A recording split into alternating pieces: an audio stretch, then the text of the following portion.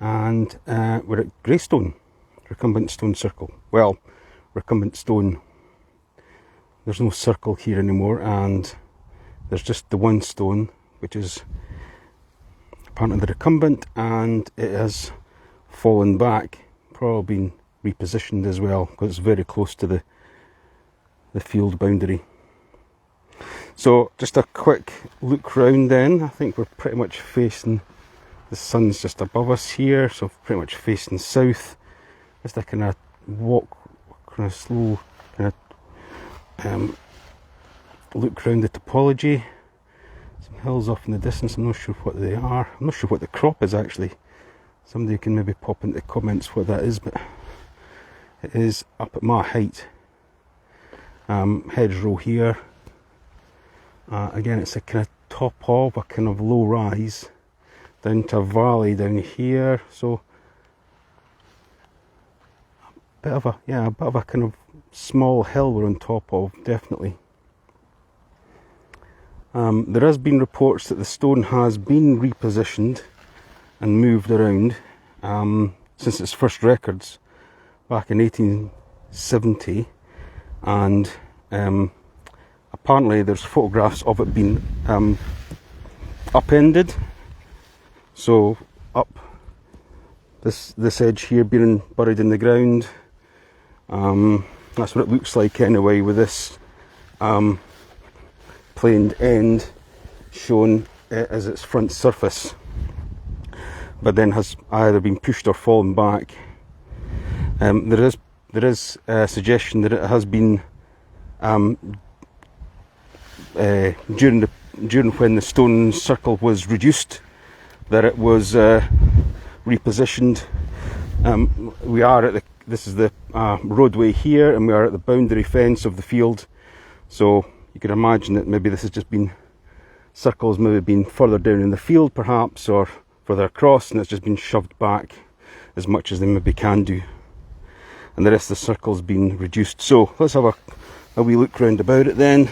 The stone is on a plinth of stones, which kind of suggests again that it's been kind of lots of movement and adjustment, and probably a bit of trying to do a bit of reconstruction.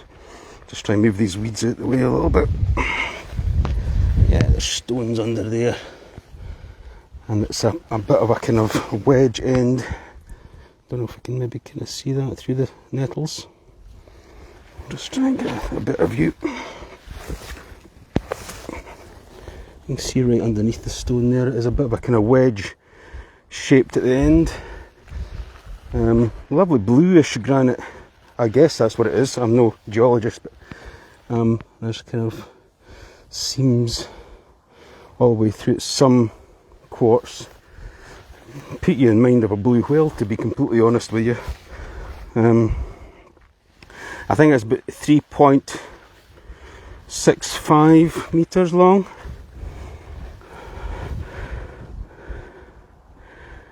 And it's not, it wouldn't have been too terribly tall. I think that's maybe about 1.6, maybe 1.5 across, maybe a little bit more than that. But it would have been a kind of, maybe not quite a Cuthimere wood type shape around about it, I guess, when it was erected, but maybe not as a boulder shape. There's evidence that that side of it that's on the ground is maybe a little bit more flat than the top side is, but hard to tell if it's been moved around. But certainly an unusual stone, one on the list of recumbent stones in the Great Crowns of Stone, which is fully available as a PDF on Historic Environment Scotland website. It's quite an unusual stone, very a distinctive kind of blue, and that's the rain coming on. That pretty much means I'm going to stop shortly. But yeah, it's definitely it's relatively easily accessible. This is just along the edge of a field. It's maybe only about 30 metres to the entrance, and it's an open entrance to walk straight in. Parking just off the main road there, no problem. And I'll put how to get here on the comments. But yeah, it's on the list. worth a wee walk through if you're interested or looking to see, well, what is this grey stone all about.